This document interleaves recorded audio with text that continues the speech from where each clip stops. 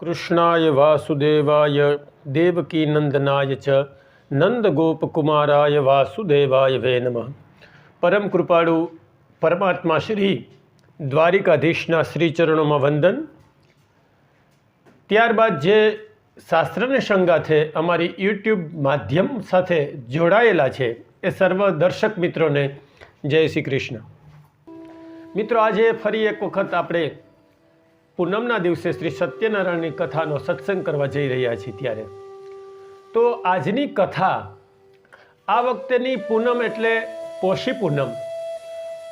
पोष महीनामां जे पूनम आवे छे एनुं आपणा हिंदू धर्म ग्रंथ प्रमाणे एमनुं विशेष महत्व छे, जे आप लोको जाणो छो।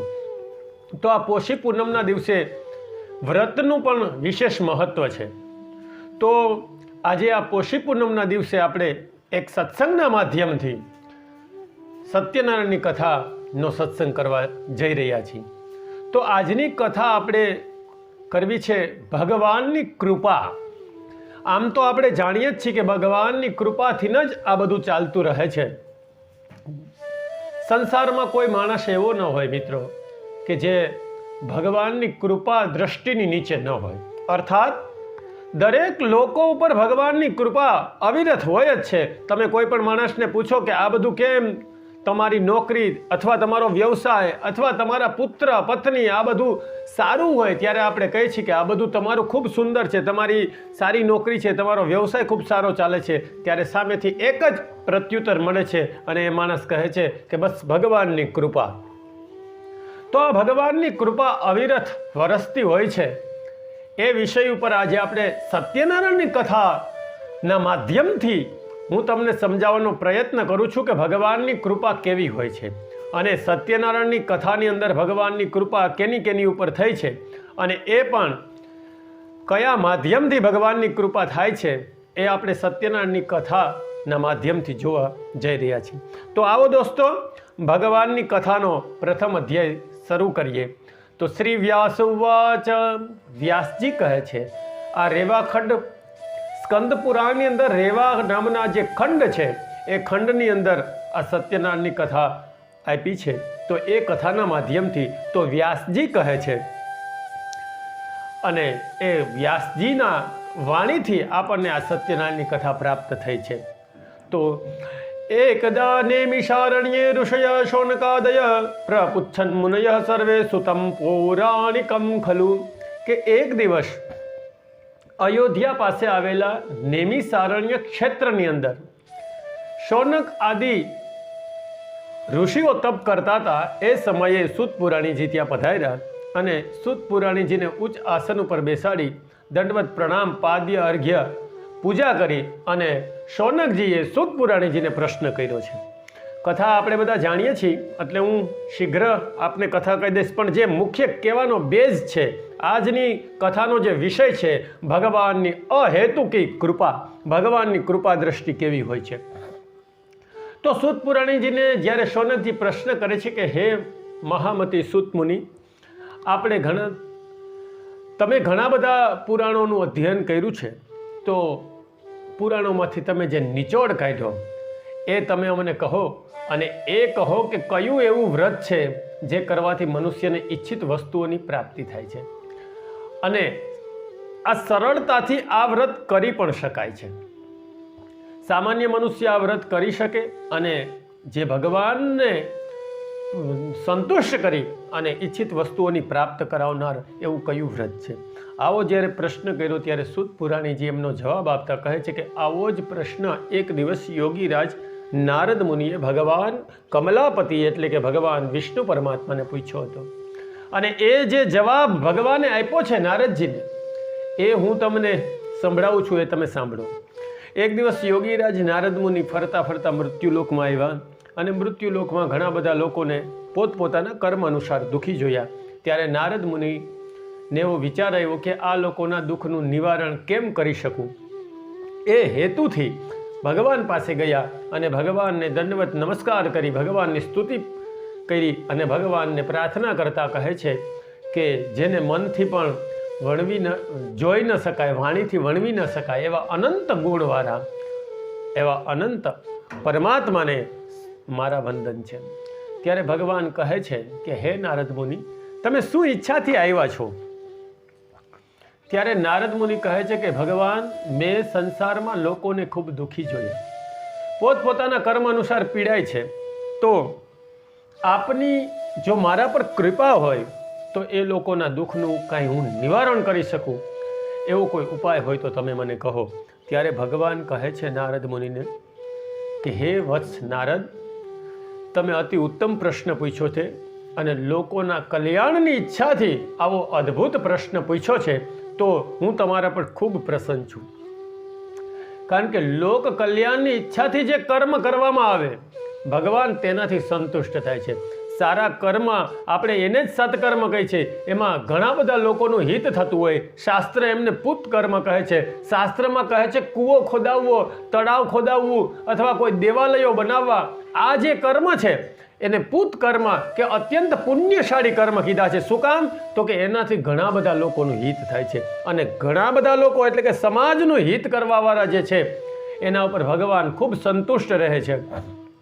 એટલે આવું કર્મ જ્યારે નારદ મુનિને વિચાર આવ્યો કે લોક કલ્યાણની ઈચ્છાથી ભગવાનને પ્રશ્ન પૂછ્યો, એટલે નારદ મુનિ ઉપર ખૂબ પ્રસન્ન થયા છે ભગવાન.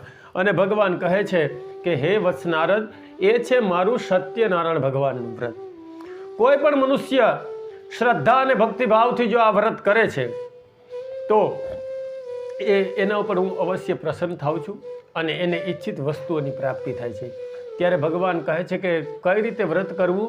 તો કે કોઈ પણ દિવસે આ વ્રત કરવું, બને ત્યાં સુધી સાયંકાલે આ વ્રત કરવું અને બ્રાહ્મણને, ઇષ્ટમિત્રો, બાંધવોને, કુટુંબીજનોને બોલાવી અને ભગવાનનું આ વ્રત કરવું. ભગવાનના નૈવેદ્ય માટે એટલે કે પ્રસાદ માટે કેળા, પપૈયા ઇત્યાદિ ફળફળાદી લઈ ત્યારબાદ ભગવાનનો શીરો તૈયાર કરવો અને ભગવાનને ભાવથી સમર્પિત કરવું. આ પ્રમાણે વ્રત કરવાથી મનુષ્ય ઈચ્છિત વસ્તુઓની પ્રાપ્તિ કરી અને અંતે ભગવાનના પરમધામને પ્રાપ્ત થાય છે. આ પહેલા અધ્યાયની મહાત્મ્ય સાથે પહેલો અધ્યાય નારદ મુનિને મહાત્મ્ય ભગવાને સમજાવ્યું. ઇતિ શ્રી રેવાખંડે શ્રી સત્યનારાયણ કથા એમ પ્રથમ શ્રી ગોવર્ધનનાથ કી જય. હવે બીજા અધ્યાયની વાત કરીએ તો બીજો અધ્યાય શતાનંદ નામનો બ્રાહ્મણ છે કે પૂર્વકાળની અંદર રમણીય એવી કાશીનગરીની અંદર શતાનંદ નામનો એક બ્રાહ્મણ હતો. એ બ્રાહ્મણ ભૂખ અને તરસથી વ્યાકુળ થઈ અને પૃથ્વી ઉપર ભટકતો હતો. એ પૃથ્વી ઉપર ભટકતો હતો ત્યારે ભગવાનને સત્યનારાયણની કથામાં લખ્યું છે કે બ્રાહ્મણ પ્રત્યે પ્રેમ રાખનારા ભગવાન એક દંડી, એક સાધુના, સંન્યાસીના વેશમાં બ્રાહ્મણ પાસે જાય છે અને બ્રાહ્મણને પૂછે છે કે તમે આ શું કરો છો? હવે એ બ્રાહ્મણ પાસે શું કામ ભગવાન ગયા? એ બ્રાહ્મણે એવું શું કર્યું હતું કે ભગવાન તેની પાસે સાધુના રૂપમાં ગયા? પ્રશ્ન એ થાય છે. આગળ એને કઈ સત્કર્મ તો કે ના, એ તો કઈ સૂચવ્યું નથી કથાની અંદર. એ તો ખાલી ભિક્ષા વૃત્તિ કરે છે એવું લખ્યું છે કથાની અંદર કે રોજ ઉદર પોષણ માટે ભિક્ષા વૃત્તિ કરે છે. બ્રાહ્મણ પ્રત્યે પ્રેમ રાખનારા એ વાત સાચી. એટલે માત્ર પ્રેમ છે ભગવાનને એટલે આવ્યા છે. શા માટે આવ્યા છે ભગવાન એ બ્રાહ્મણ પાસે? તો એ ઓનલી ફોર, અહીંયા હું કહીશ કે પરમાત્માની અહેતુકીય કૃપા છે. કોઈ હેતુ નથી ત્યાં. ભગવાનનો આવવાનું કોઈ પ્રયોજન નથી અથવા સામે બ્રાહ્મણનું કોઈ કર્મ નથી, પણ અહેતુકીય કૃપા. પરમાત્માની કૃપા અહેતુકીય હોય છે.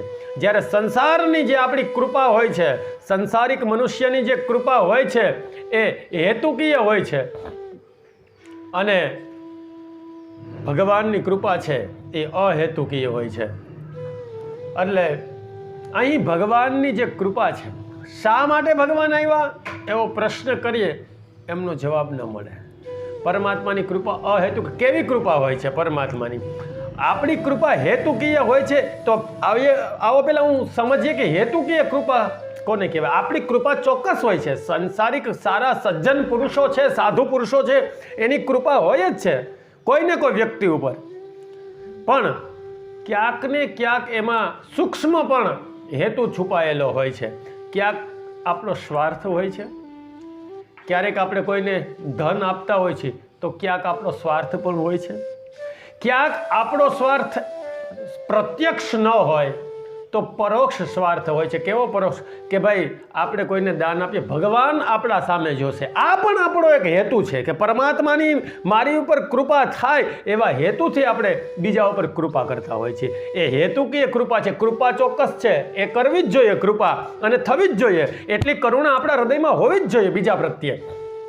પણ ક્યાંક ને ક્યાંક આપણો હેતુ છુપાયેલો છે. ભગવાન મારા પર પ્રસન્ન થઈ અને મારું બધું સારું કરી દેશે, આવા હેતુથી બીજા ઉપર કૃપા કરતા હોય છે. ત્રીજી વાત કે ક્યાંક ને ક્યાંક આપણી અંદર સામેવાળાની કરુણતા જોઈ અને દયા આવતી હોય ત્યારે આપણે કૃપા કરતા હોય છીએ. કે છોકરાઓ નાના છે, વ્યવસાય કંઈ છે નહીં, બહુ ગરીબ માણસ છે, એટલે એમની ઉપર કૃપા કરી. એ પણ એક હેતુ થયો, ભલે સાત્વિક હેતુ છે. કહેવાનો મારો ભાવાર્થ સમજજો તમે. સાત્વિક હેતુ છે, સારો હેતુ છે કે બીજાનું દુઃખ જોઈને દ્રવિત થઈ જવું એ આપણી પરંપરા છે, આપણો ધર્મ એવું કહે છે. એને ધર્મવાન પણ કહી શકાય છે, ધાર્મિક પણ કહી શકાય છે, દ્રવિત થઈ જવું. પણ એ પણ એક હેતુ છે. જ્યારે પરમાત્માની કૃપામાં કોઈ હેતુ નથી. પહેલી વાત કે આપણે જે કોઈને આપે છે પરમાત્મા, ત્યારે એની એવી ઈચ્છા નથી હોતી, એવો હેતુ નથી હોતો કે મને કોઈ કંઈ આપશે. કારણ કે પૂર્ણ છે. પૂર્ણસ્ય પૂર્ણમાદાય પૂર્ણમ એવ અવશિષ્યતે. એ પરમાત્મા પૂર્ણમ છે. પૂર્ણમ ઇદમ. ઉપનિષદો કહે છે કે પૂર્ણ છે, કોઈ વસ્તુની ચેષ્ટા જ નથી. અવતાર કોને કહીએ આપણે? આપણે કહીએ ભગવાનનો રામ અવતાર થયો, ભગવાનનો કૃષ્ણ અવતાર થયો, ભગવાનનો નૃસિંહ અવતાર થયો. અવતરણ, જે અવતરણ કરે છે, જે પૂર્ણ છે, એમાંથી નીચેની કેટેગરીમાં આવે છે.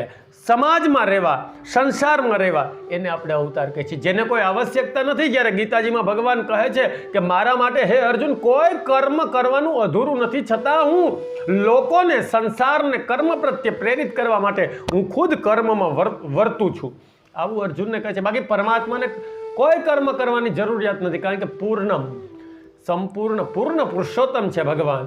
ભગવાન માટે કાંઈ કરવાનું બાકી નથી રહેતું. એટલે જ અવતાર કહે છે. અવતરણ, અવતરણ એટલે નીચે આવવું, નીચે ઉતરવું. જે પોતાની કેટેગરીમાં છે, ઊંચી કેટેગરીમાં છે, એનાથી નીચેની કેટેગરીમાં આવવું, એને તો અવતાર કહે છે. જે પહોંચેલો પુરુષ છે પણ રાસ્તામાં છે, એવો ઢોંગ કરી બતાવે છે સમાજને, ત્યારે આપણે એને અવતાર કહીએ છીએ. એ રામ છે, એ સીતાજીને હરણ થઈ જાય છે અને ત્યારે રામ રોવે છે અને જંગલોના ઝાડવાને પૂછે છે કોઈએ મારી સીતાને જોઈ છે. એ બાવરા બની જાય છે રામ અને સુગ્રીવને કહે છે મારી મદદ કરો, મને સીતા શોધવામાં મદદ કરો. આ અવતારી કાર્યો છે પરમાત્માના. આ ભગવાનની લીલા છે, આ ભગવાનની માયા છે, જે આપણને ભક્તિ તરફ પ્રેરિત કરવા માટેનો પરમાત્માનો પ્રયત્ન છે. એને આપણે અવતાર કહીએ છીએ. જે પહોંચેલો પુરુષ છે, જે પૂર્ણ છે, પણ અપૂર્તિનો નાટક કરે છે. એટલે રામચરિત માનસ કહે છે કે ભગવાને ચરિત્ર રૂપમાં, રામ અવતાર છે, ભગવાન પોતે ચરિત્ર બતાવ્યું છે. મંજિલ પ્રાપ્ત કરે ચૂકેલા માણસ રસ્તામાં છે એવો અભિનય કરે છે, એને કહેવાય અવતાર. અદ્ભુત વ્યાખ્યા છે. પહોંચેલા છે છતાં રસ્તામાં છે એવી અનુભૂતિ સમાજને કરાવે છે, એ અવતાર છે. એટલે પરમાત્માનું અવતારી કાર્ય છે. પૂર્ણ છે પરમાત્મા, એટલે એમને કોઈ કૃપાની આવશ્યકતા નથી, છતાં એ લોકો પર કૃપા કરે છે, એને અહેતુકીય કૃપા કહેવાય. બીજી વાત થોડુંક ઊંડાણમાં સમજીએ કે મેં કીધું એમ આપણી કૃપા છે એ ક્યારેક કોઈની ગરીબી જોઈને, ક્યારેક કોઈની મજબૂરી જોઈને આપણી કૃપા વરસતી હોય છે. જ્યારે પરમાત્માની કૃપા, સાવ ગરીબ માણસ છે, જેની પાસે પહેરવા માટે વસ્ત્ર પણ નથી, એના ઉપર પરમાત્માની કૃપા છે.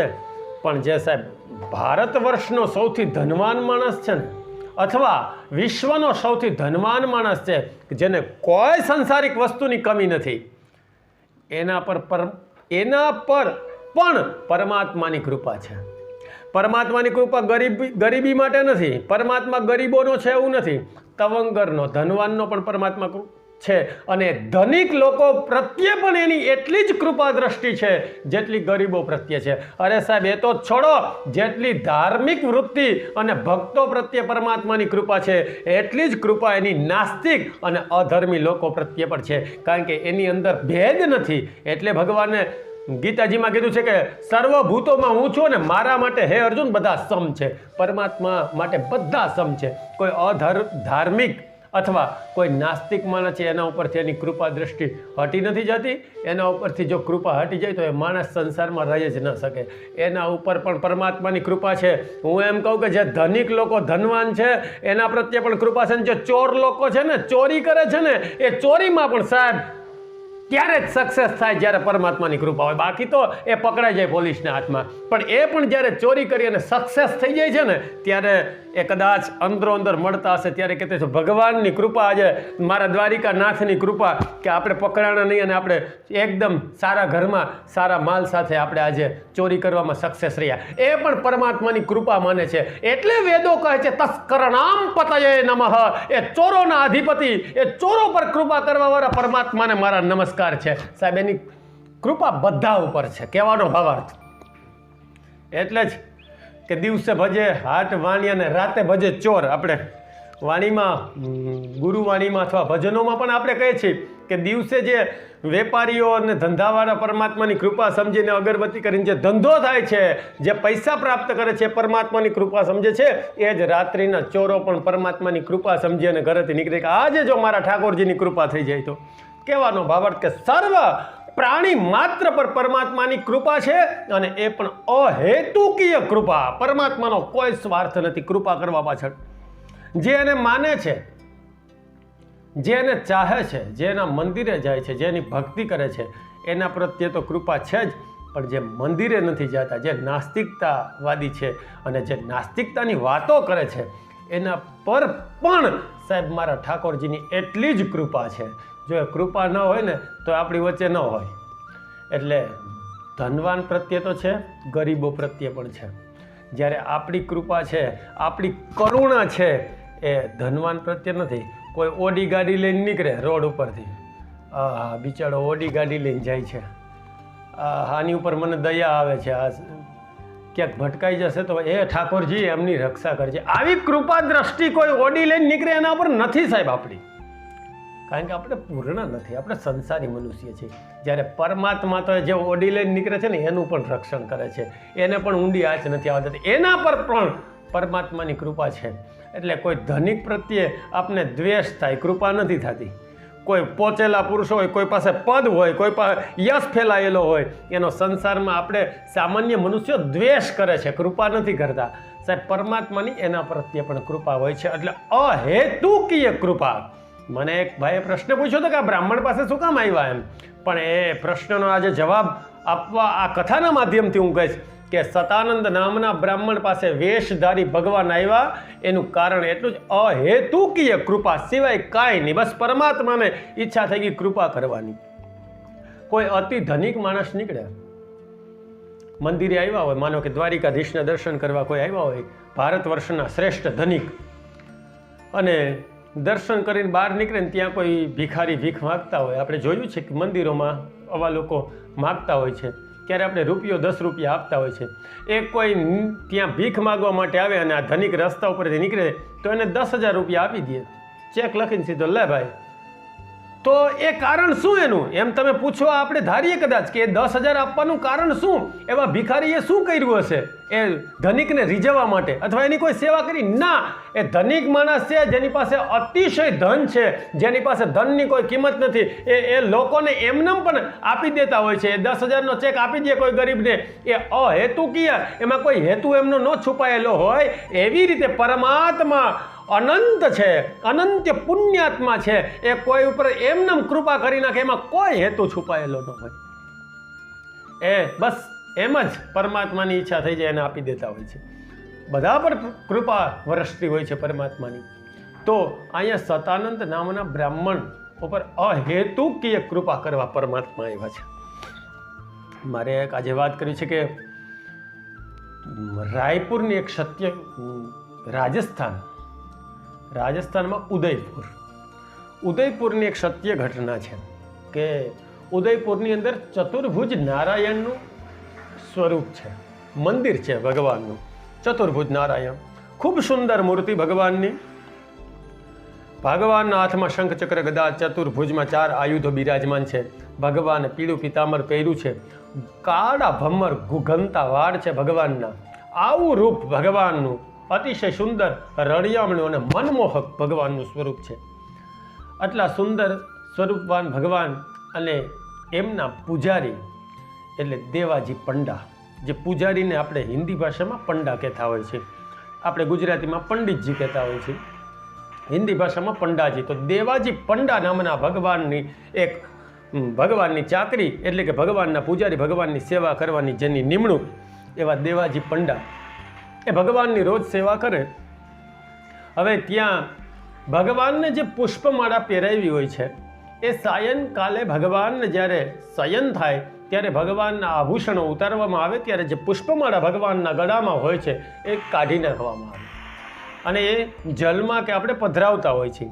પણ એ આપણે એવું શુભ માનીએ છીએ કે એ ભગવાનના જે પુષ્પ, ભગવાને પહેરાવેલી તુલસીની માળા અથવા ભગવાનને જે વસ્તુ સમર્પિત થઈ હોય છે એ આપણે પ્રસાદના રૂપમાં ગ્રહણ કરતા હોય છે.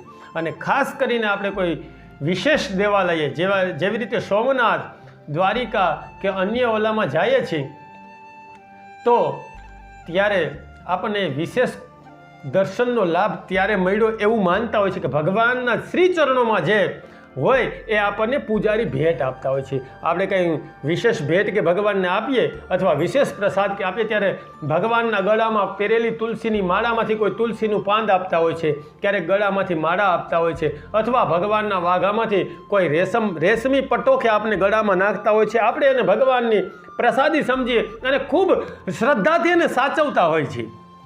આ આપણી એક પરંપરા છે.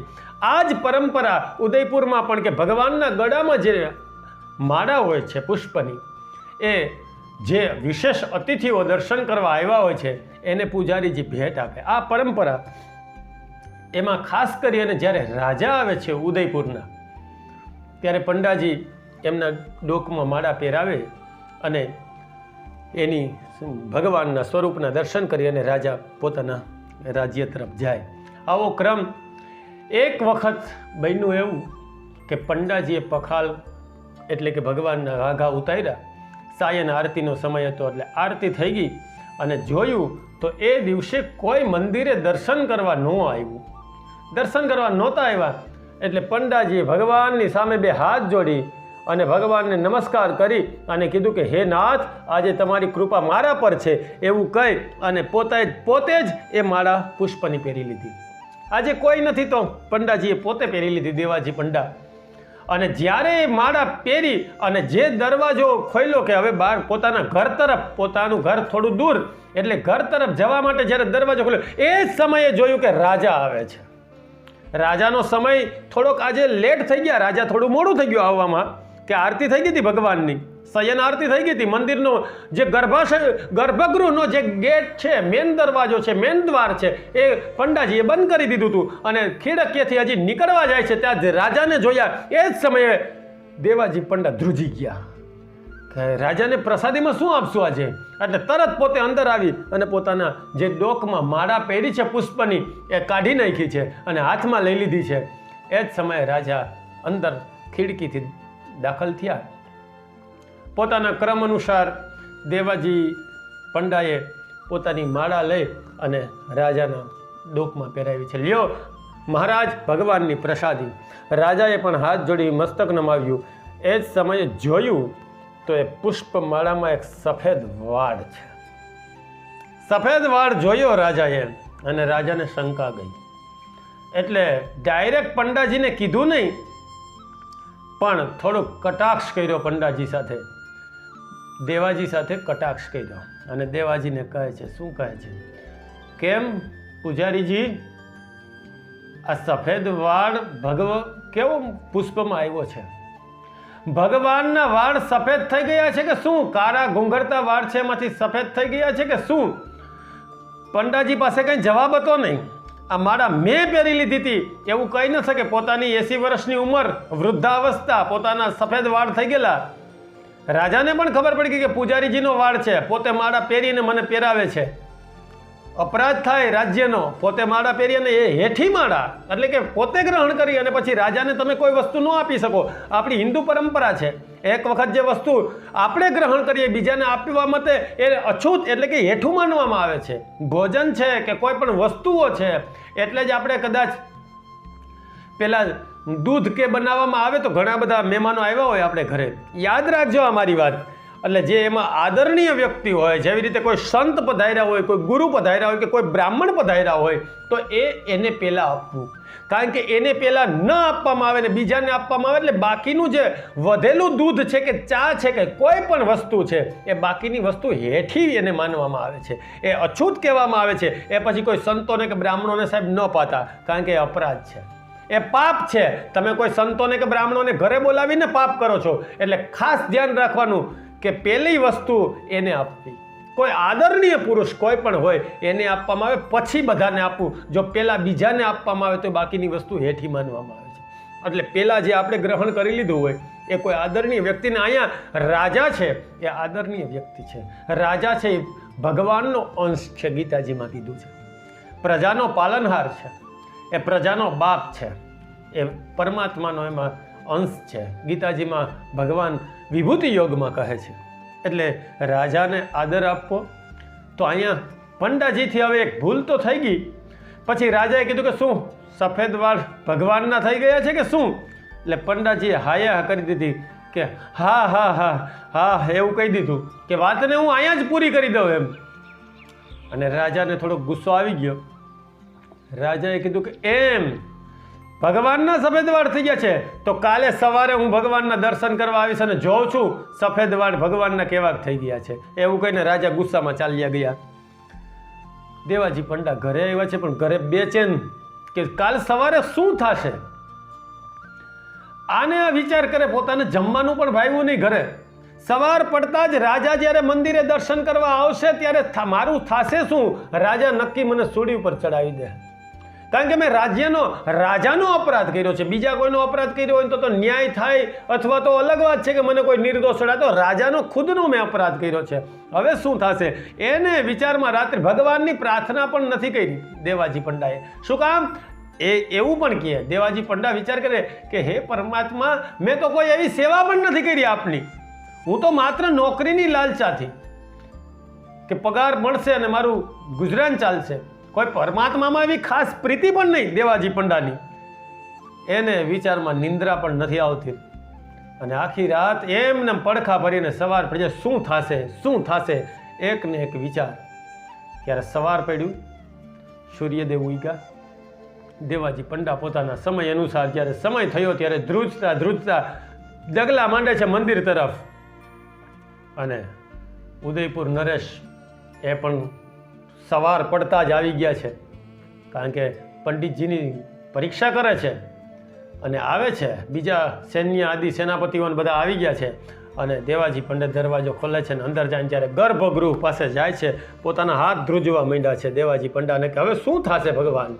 અને જે દરવાજો ખોલે છે ને પોતાના હાથે જે દ્વારને ધક્કો મારીને દ્વાર ખોલે છે ત્યાં તો અદ્ભુત ચમત્કાર જોયો છે. ભગવાનનું ચતુર્ભુજ નારાયણનું રૂપ છે, એટલું દિવ્યમાન, ક્રાંતિ એટલી જ્યોતિ છે સ્વરૂપમાં. પણ પરમાત્માના ગુગરવંતા જે વાળ છે એ એકદમ વૃદ્ધ પુરુષના કોઈના સફેદ કેસ હોય એમ લાંબા સફેદ વાળ થઈ ગયા છે. મૂર્તિની ક્રાંતિ એવી છે પણ પરમાત્માના વાળ એકદમ સફેદ થઈ ગયા છે. રાજા પણ આશ્ચર્યચકિત થઈ ગયા. દેવાજી પંડા તો પરમાત્માની સામે જોઈ અને ભગવાનની સ્તુતિ કરે, પણ સ્તુતિ કરવા માટે પણ શબ્દ નથી કે હે નાથ, આ તે તમારી કેવી કૃપા મારી ઉપર. અને દેવાજી કહે છે કે આ તે કેવી કૃપા, હે નાથ, મેં તો કોઈની શ્રદ્ધાથી તમારી સેવા પણ નથી કરી. મેં તો માત્ર ને માત્ર પગારની લાલચમાં હું આપની બસ બે ટાણા આરતી કરતો. પણ હે નાથ, મારા જેવા નિષ્ઠુર વ્યક્તિ પ્રત્યે પણ તમારી આટલી કૃપા. અને એ જ સમયે રાજાને કહે છે કે મહારાજ, મેં આપનો અપરાધ કર્યો તો એ હાર કાલે મેં પહેરી લીધો તો ભગવાને નહીં, પણ આ ભગવાનના વાળ સફેદ થઈ ગયા. એ જ સમયે રાજાએ પણ ભગવાનની ક્ષમા માગી અને મૂર્તિમાંથી સાહેબ અવાજ આવ્યો છે. રાજસ્થાનની સત્ય ઘટના છે સાહેબ, વાંચજો તમે ક્યારેક. મૂર્તિમાંથી અવાજ આવે છે, એ રાજા, મારા ભક્તની તું પરીક્ષા કરવા આવ્યો છે. આજ પછી હું તને ક્ષમા કરું છું, પણ આજ પછી મારા દરબારમાં એટલે કે મારા મંદિરે ક્યારેય આવતો નથી.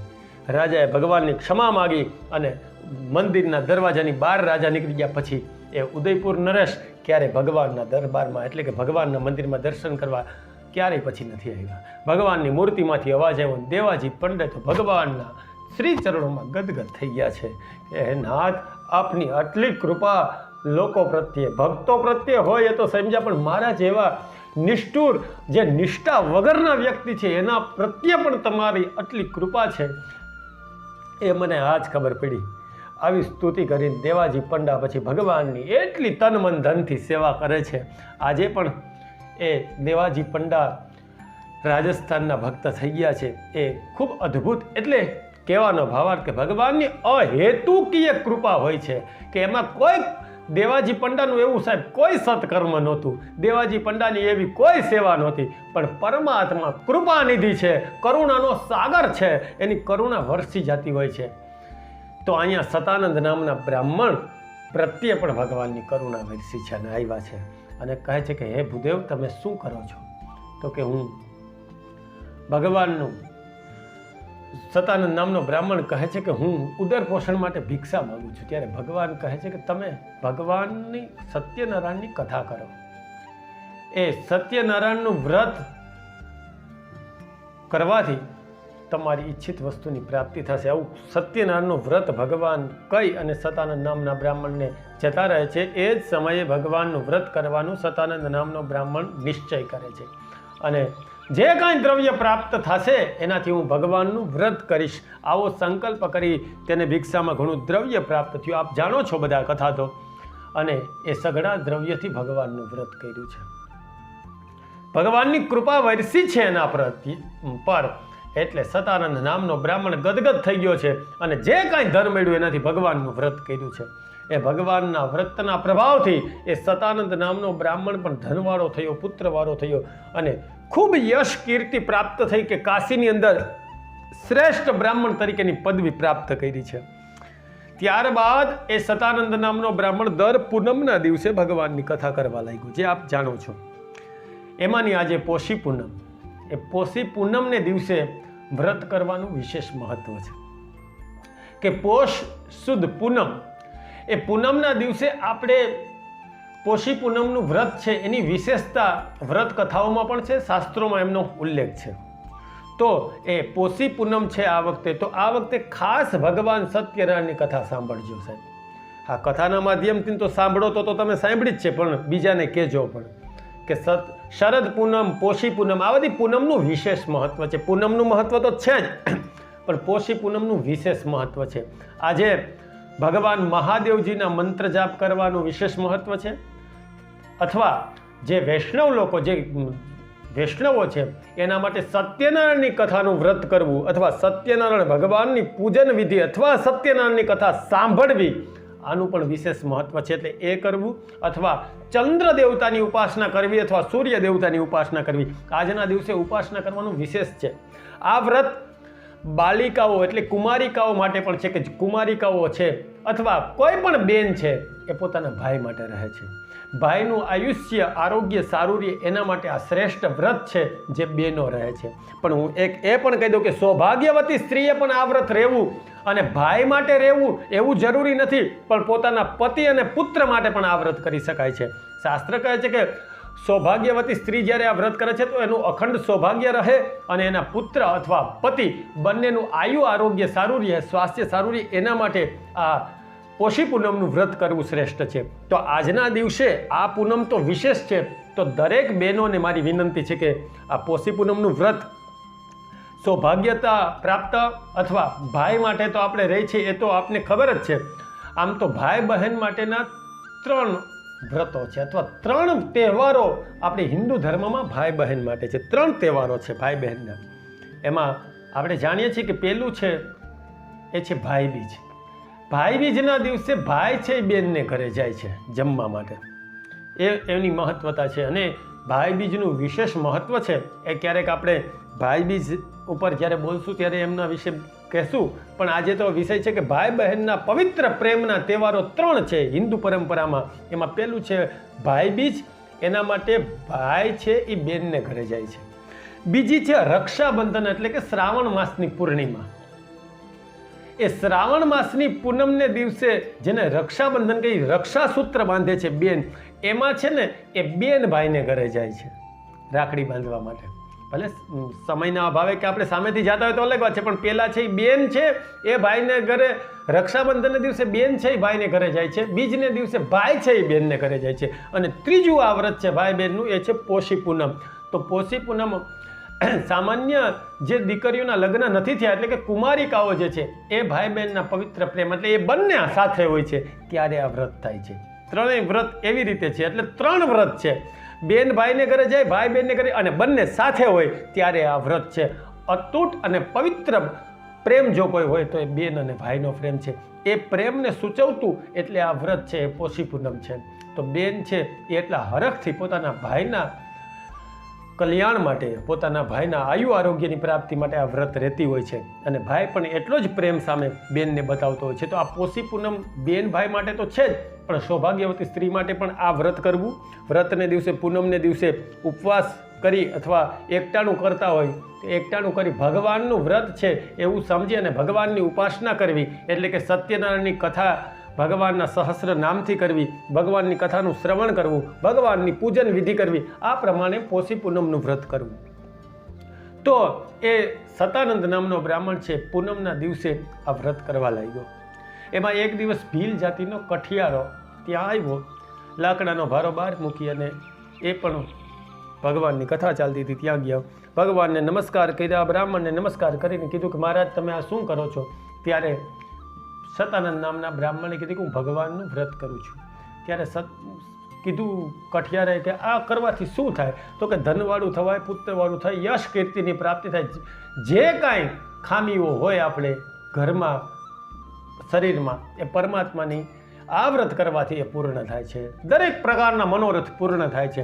આવું જ્યારે કીધું ત્યારે લાકડા વેચનારો ભીલ જાતિનો કઠિયારાએ મનમાં સંકલ્પ કર્યો કે હું આ ભગવાનનું વ્રત કરીશ. શું કામ?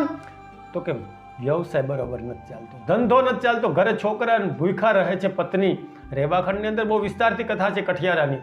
એ ભૂખ અને તરસથી વ્યાકુળ હોય એટલા માટે તો એ ત્યાં ગયો હોય. અને પછી તે દિવસે બમણી કિંમત મળે લાકડાની અને પરમાત્માનું વ્રત કરે છે. અહીંયા મારે કેવું છે, જે માણસ ભૂખ અને તરસથી વ્યાકુળ હતો એટલે બ્રાહ્મણના ઘરે ગયો. કોઈ જવા પાછળનું કોઈ કારણ નથી, એનું કોઈ પરમાત્મા પ્રત્યે પ્રીતિ નથી, કોઈ ધાર્મિકતા વશ એ અંદર નથી ગયો. કથામાં લખ્યું છે ભૂખ અને તરસથી વ્યાકુળ લાકડાનો ભારો બહાર મૂકી અને અંદર ગયો છે કે મને કંઈક ખાવાનું મળી જાય, કંઈક સારું વ્રત ચાલે છે તો મને કંઈક મળી જાય, એવા હેતુથી ભગવાન પાસે ગયો છે. અને બ્રાહ્મણને કહે છે કે આ કરવાથી શું થાય? એ જે વ્રત કરવાનો સંકલ્પ કર્યો છે એ પણ સ્વાર્થવશ કર્યો છે. મારો ધંધો રોજગાર જો સારો ચાલે તો હું ભગવાનનું વ્રત કરીશ, મારો વ્યવસાય સારો નથી ચાલતો એટલે ભગવાનનું વ્રત કરીશ, આવો સંકલ્પ કરીને ગયો છે.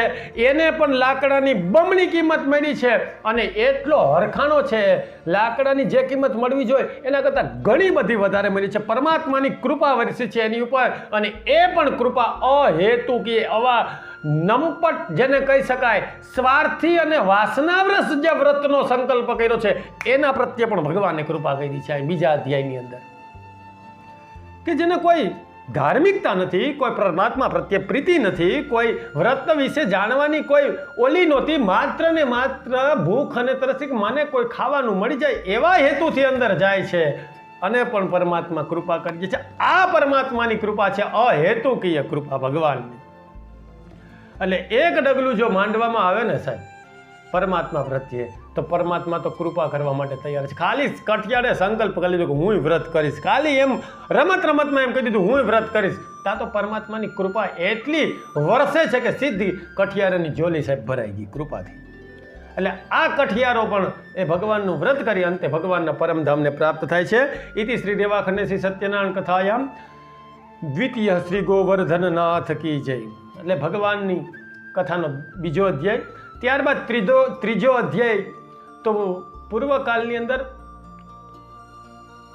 ઉલ્કામુખ નામનો એક રાજા છે, એમની પત્ની સાથે ભદ્રશિલા નદીને કિનારે વ્રત કરે છે અને એ સમયે એક સાધુ નામનો વાણિયો આવે છે. અહીંયા ઉલ્કામુખ નામનો રાજા છે ને એ એક ભક્ત પાત્ર બતાવ્યું છે કે રાજા છે એ ભક્તિવાન હોવો જોઈએ. ક્ષત્રિય છે, સત્તા પર જે છે એની અંદર ધર્મ હોવો જોઈએ. એને કોઈ જરૂરિયાત નથી. કથાની અંદર 4 જ પાત્ર બતાવ્યા છે: બ્રાહ્મણ, કઠિયારો, વાણિયો અને છેલ્લે તુંગધ્વજ નામનો રાજા. આ 5મું પાત્ર છે ભક્ત હૃદય છે. એ પાત્ર વર્ણ માટે નથી, ભક્ત માટે છે. એ કોઈ પણ વર્ણનો ભક્ત હોઈ શકે, પણ અહીંયા હું કહીશ કે ક્ષત્રિય છે, રાજા છે, એ ધર્મવાન હોવો જોઈએ.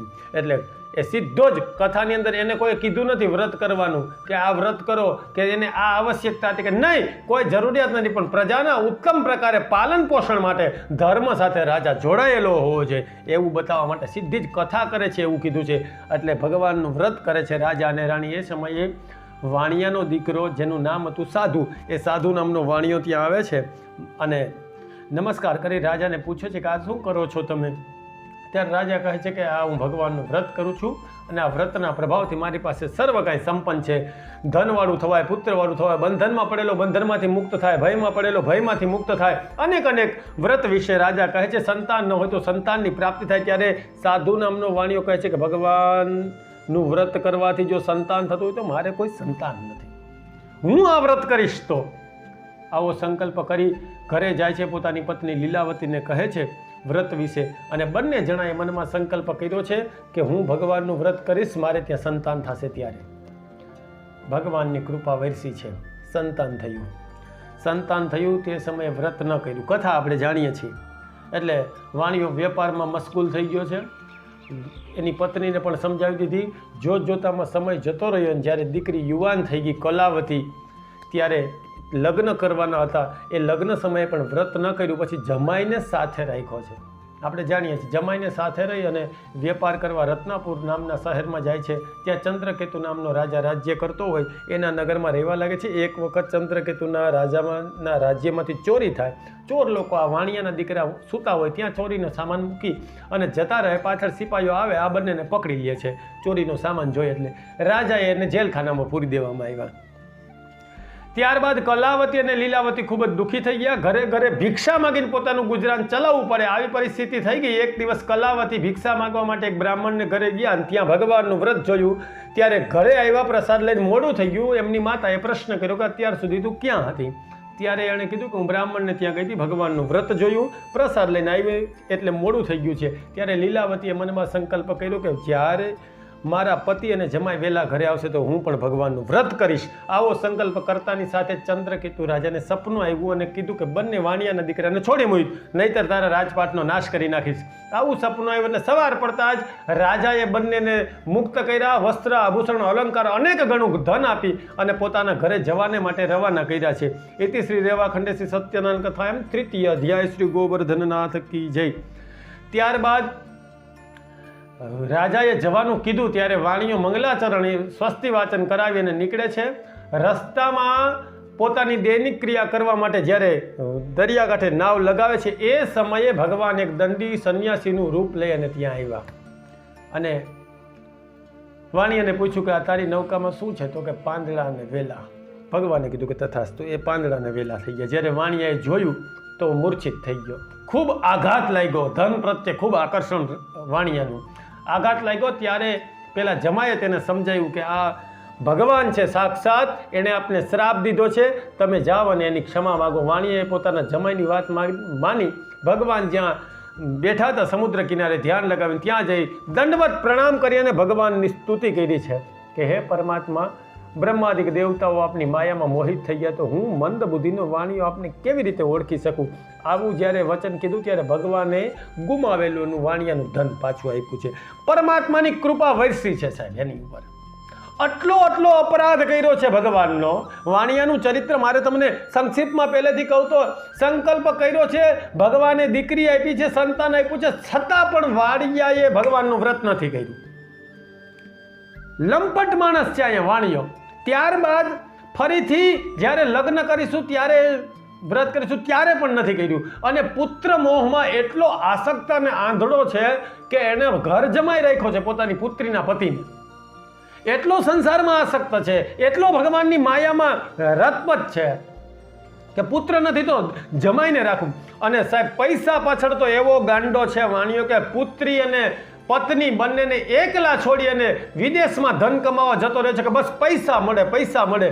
આ પત્ની પુત્રનું શું થશે એ પણ પાછું વળીને જોયું નથી. આટલો સંસારમાં અંધ બનેલો કામાંધ માણસ ઉપર પણ ભગવાનની કૃપા થાય તો એ ઓનલી ફોર હું કહીશ કે અહેતુકીય કૃપા છે ભગવાનની. વાણિયાનું કોઈ એવું કર્મ નથી કે ભગવાન એને ક્ષમા કરી દે.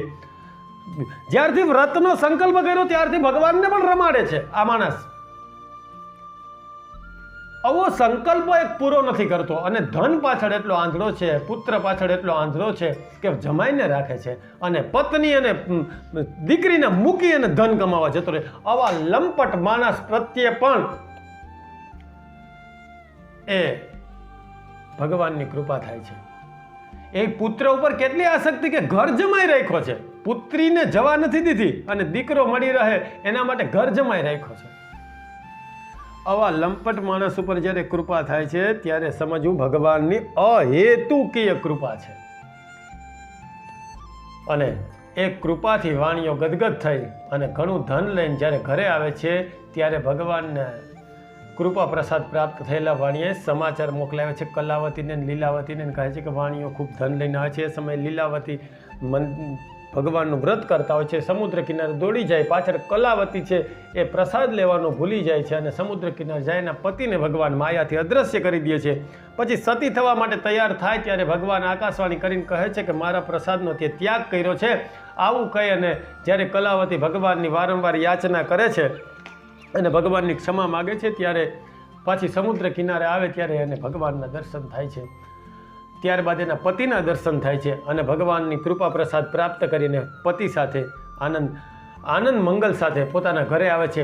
અહીંયા સાધુ નામના વાણીઓ ઉપર ભગવાનની અહેતુકીય જે કૃપા થઈ છે એ વાત મારે કરવી છે. તો એ અહેતુકીય કૃપાથી એ વાણીઓ એ સાધુ નામનો વાણીઓ ભગવાનના પરમધામને પ્રાપ્ત થયો. ઇતિ શ્રી રેવાખંડે શ્રી સત્યનારાયણ કથાયમ ચતુર્થ શ્રી ગોવર્ધનનાથ કી છે. આગળ કહું તો પૂર્વકાલની અંદર તુંગધ્વજ નામનો એક રાજા હતો. એણે પણ ભગવાનના પ્રસાદનો અનાદર કર્યો હતો. કેવી રીતે? તો કે એક દિવસે તુંગધ્વજ નામનો રાજા શિકાર કરવા માટે જંગલમાં ગયો. ઘણા મૃગલાઓનો શિકાર કર્યો ને ત્યારે એક વિશાળ વડલાના ઝાડ નીચે આરામ કરવા માટે ગયો. એ જ વડલાના ઝાડ નીચે ગોવાળિયાઓ ભગવાનનું વ્રત કરતા હતા. રાજાએ દૂરથી નમસ્કાર પણ ન કર્યા, ત્યાં ગયા પણ નહીં અને એ વડલાને પોતાનો ઘોડો બાંધી અને આરામ ફરમાવા લાગ્યા. જ્યારે કથા પૂરી થઈ, ભગવાનનું વ્રત પૂરું થયું ત્યારે એ ગોવાળિયાઓ એક દળિયામાં એટલે કે પડિયાની અંદર પ્રસાદ દીધો. રાજાને એમ થયું કે તુચ્છ ગોવાળિયાનો પ્રસાદ હું શું ખાવાનો? એ ત્યાં જ પ્રસાદનો અનાદર કરી પોતાના ઘરે ગયો અને પુત્ર પૌત્રાદિક નાશ પામતા દેખાયા. ખજાનો બધું નાશ પામ્યું રાજાને. અને ફરીથી વિચાર કર્યો રાજાએ કે આવું કેમ થયું? એટલો અભિમાની રાજા કે જેણે ભગવાનને પણ નમસ્કાર નથી કર્યા. તરત જ સમજાઈ ગયું કે નક્કી ભગવાનનો શ્રાપ મારા ઉપર લાગે છે. તરત જ ઘોડો લઈ પાછો જંગલમાં જાય. ગોવાળિયાઓની સાથે બેસી ભગવાનની વારંવાર ક્ષમા માગે છે અને ગોવાળિયાઓની સાથે બેસી અને ભગવાનનું વ્રત કરે છે. આ વ્રતના પ્રભાવથી એનું ગુમાવેલું રાજાનું ભગવાને પાછું આપ્યું છે. અહીં પણ ભગવાનની કૃપા રાજા પર વરસી છે કે આટલો અભિમાની જે નમસ્કાર કરતો નથી, ભગવાનની પાસે તો ન ગયો, તુચ્છ ગોવાળિયાઓને એ સમજતો નથી. કહેવાનો ભાવ કે પોતાની પ્રજાને પણ તુચ્છ માને છે. આવા જે રાજાઓ થઈ ગયા છે જે પ્રજાનું પુત્રવત પ્રેમ કરવાને બદલે એને તુચ્છ સમજે અને એનાથી દૂર ધકેલે છે. આવો અભિમાની રાજા, આવો સત્તાના મદમાં રહેલો માણસ અથવા જે ભગવાનને પણ નમસ્કાર નથી કરતો, એટલો અહંકારી માણસ જે છે રાજા, અને પુત્ર પૌત્રાદિમાં એટલી આસક્તિ છે એવો રાજા એટલે આ તુંગધ્વજ. એ પણ જ્યારે પરમાત્માને દંડવત કરે છે ત્યારે પરમાત્માની એની ઉપર કૃપા વરસે છે. આપણે કોઈને થપ્પડ મારીને પછી કંઈક સોરી તો હાલે? એમને ધ્યાન વગર ભૂલમાં જો થઈ ગયું હોય અને સોરી કહી દો તો લોકો માફ કરી દે. પણ તમે કોઈ રસ્તામાં જતા હોય કોઈને ગાઢ બોલો પછી કહી દો સોરી, અથવા કોઈને થપ્પડ મારી દો એક અને પછી કહી દો સોરી, તો એ હાલે? અહીંયા રાજાએ એવું કર્યું છે સાહેબ ભગવાન સાથે. પેલા નમસ્કાર ન કર્યા, ગોવાળિયાઓ તુચ્છ છે, બધું છે, ઘરે ગયો ને આવું થયું, પાછો આવીને ભગવાનની માફી માગી ગયો. અજાણતા રાજાએ પાપ નથી કર્યું, જાણી જોઈને પાપ કર્યું છે, છતાં પણ એને જાણતા કરેલા પાપને પણ સાહેબ ક્ષમા કરી દે. એ મારો ઠાકોરજી છે, એ મારો દ્વારિકાનો નાથ છે. એ કરી હગે કંબા દયાલુ શરણમ રજેહમ. એટલે ભગવાન વ્યાસજી લખે છે કે એ કેવો કરુણા નિદાન છે કે જે પૂતના પરમાત્માને મારવા આવી છે. લાલાને શ્રી કૃષ્ણને સ્તનમાં જે ઝેર લગાવીને આવી છે, અહોબક્યમ સ્તનકાલકૂટમ, જે કારકૂટ નામનું વિષ લગાવી અને આવી છે સ્તનમાં, અને કૃષ્ણને સ્તનપાન કરાવે છે, જે મારવા માટે આવી છે, અને એને લેભે ગતિ. અને સાહેબ કૃષ્ણએ જે યોગીઓને હજારો વર્ષ તપ કરતા, જે ભક્તોને ઘણા બધા જન્મો સુધી ભગવાનનું વ્રત કરતા, ભક્તિ કરતા જે ગતિ પ્રાપ્ત ન થાય એ એક જ ક્ષણમાં પૂતનાને આપી છે. સાહેબ કેટલો દયાવાન, અને કહે છે કે કંબા દયાલુ, આનાથી દયાવાન ક્યાં ગોતવા જઈ શકો તમે? જે મારવા આવે છે અને ઉત્તમ ગતિએ પહોંચાડે છે એ કૃષ્ણ. ઈથી દયાવાન પરમાત્મા અથવા ઈથી દયાવાન વ્યક્તિ કેવી રીતે ગોતી શકો? સાહેબ મારવા આવે અને ક્ષમા કરવું એ જડી જાય. ક્ષમા કરી દેવા વાળા ઘણા લોકો મળી જાય. યાદ રાખજો કે મારવા આવ્યો છતાં ક્ષમા કરી દે, પણ મારવા આવે એને ઉત્તમ ગતિ, જે યોગીઓને જે ગતિ ન મળે એ ગતિ કૃષ્ણે પૂતનાને આપી છે. કોઈ ધારાસભ્ય હોય અથવા સંસદ સભ્ય હોય અથવા કોઈ રાજકીય નેતા હોય, એને કોઈ એની ઉપર હુમલો કરે અને છતાં એ કોઈ પગલાં ન રહીએ, ક્ષમા કરી દે કે કાંઈ વાંધો નહીં, પણ હવે બીજી વાર એવું ન કરતો, એ તો અમે સમજ્યા કે એવા લોકો તો આજે કળિયુગમાં પણ છે. પણ કોઈ રાજકીય નેતા હોય એને મારવા આવે ને કે જા આજથી તું મારો ખાસ પીએ જા, બેસી જાય બાજુની ખુરશી આવતો રહે, બાજુમાં બેસ, આજથી તું મારો ખાસ પીએ જા, આવું કહેવા વાળા લોકો મળે. સાહેબ આ કૃષ્ણએ એવું કર્યું છે. જે મારવા આવી છે ને પૂતના, એને સાહેબ પોતાના પ્રાણથી દુર્લભ એવું વૈકુંઠ આપી દીધું કે જા તું મારા ધામમાં રહેવા વાળી થા પૂતના. કે આવો દયાળુ છે પરમાત્મા, જેની અહેતુકીય કૃપા છે. બાકી સિવાય કોઈ સાહેબ આપણી કોઈ એવી હેસિયત જ નથી કે પરમાત્મા રાજી થાય એવું કર્મ કરી શકીએ. આપણી કોઈ એવી તાકાત નથી, આપણું કોઈ એવું હુનર નથી કે પરમાત્માને પ્રસન્ન કરી લે. પણ એની પ્રસન્નતા એ એની કૃપા દૃષ્ટિ છે. એની કૃપા વરસી જાય ને, એ કૃપા જ્યારે વરસે અને એને આપણે ઝીલી લઈએ, એ આપણી ઝોલીમાં પડી જાય, બસ એ જ પરમાત્માને પામી ગયા સમજો. બાકી આપણી કોઈ એવી તાકાત નથી. કદાચ ગમે એવા વ્રતો કરીએ કે ગમે એ કરીએ, એવી આપણી કોઈ હેસિયત નથી કે આપણી કોઈ એવી હસ્તી નથી કે સાહેબ ઠાકોરજીને રાજી કરી દે. એ રાજી એની રીતે થાય છે, અને એનો રાજીપો છે ને એ જ સમાજનું કલ્યાણ છે. એ જ હું એમ કહું કે સમાજ એટલે રાજ્ય કે ભારતની વાત નથી કરતો, હું એમ કહું એ વિશ્વનું કલ્યાણ છે. મારો ઠાકોર દ્વારિકાનો નાથ જે એનો રાજીપો છે ને અંદરનો આનંદ, એનાથી જ આ સમગ્ર સૃષ્ટિ ચાલે છે ને. એની કલ્યાણની છાયા, એની કૃપાની છાયાથી આ આખું બ્રહ્માંડ સાહેબ ચાલે છે. બ્રહ્માંડ નાયક છે, કરોડો બ્રહ્માંડનો અધિપતિ છે. એની કૃપાથી આખું બધું ચાલે છે. બાકી એને કોઈ આ બધા કર્મથી કે રાજી કરી દે એ વાત બહુ સાહેબ ગળે નથી ઉતરતી. એટલે પરમાત્માની પ્રસન્નતા છે, એનાથી આખું બ્રહ્માંડ ચાલે છે. તો અહીંયા રાજા ઉપર પણ પ્રસન્નતાથી કૃપા કરી છે અને રાજાનું ગુમાવેલું પાછું આપ્યું છે. હે મહામંડલેશ્વરો, હું તમને પૂર્વજન્મની કથા કહું તો સતાનંદ નામના બ્રાહ્મણ હતા, એ સુદામા બન્યા છે. જે કઠિયારો છે એ કેવટ બન્યો છે. જે ઉલ્કામુખ નામનો રાજા છે એ દશરથજી બન્યા છે. સાધુ નામનો વાણિયો છે એ બીજા જન્મમાં મયુરધ્વજ નામનો રાજા બન્યો છે ને. તુંગધ્વજ નામનો રાજા જે છે 5મા અધ્યાયના, એ બીજા જન્મમાં મનુ મહારાજ બન્યા છે. આ પૂર્વ જન્મમાં એમની બધી અવતારો થયા છે. આ વ્રત જે કોઈ સાંભળે અથવા સંભળાવે એને અનંત ગણું પુણ્યની પ્રાપ્તિ થાય છે. એવું આ સત્યનારાયણ ભગવાનનું વ્રત આ પૂનમના દિવસે ખાસ કરવું, અથવા પૂનમના દિવસે સાહેબ કાંઈ ન થઈ શકે ને તો એક ખાલી આંખો બંધ કરી અને આ યુટ્યુબના માધ્યમથી અથવા અન્ય કોઈ માધ્યમથી સાહેબ એક કાનમાં હેન્ડસ્ફ્રી ભરાવીને એકાંત ચિત્તે સાહેબ 1 કલાકની કથા હોય ને, ખાલી 1 કલાક ભગવાનનું ધ્યાન ધરતા ધરતા ભગવાનની કૃપાની કથા સાંભળો, એવા મારા ભાવ સાથે આજના સત્સંગને વિરામ તરફ લઈ જાય એ પહેલાં ભગવાનના શ્રી ચરણોમાં વંદન, અને અંતે ફરી એક વખત જે યુટ્યુબના માધ્યમથી જે શાસ્ત્રને સંગાથે જોડાયેલા છે એ સર્વ દર્શક મિત્રોને જય શ્રી કૃષ્ણ. હરિઓમ અસ્તુ.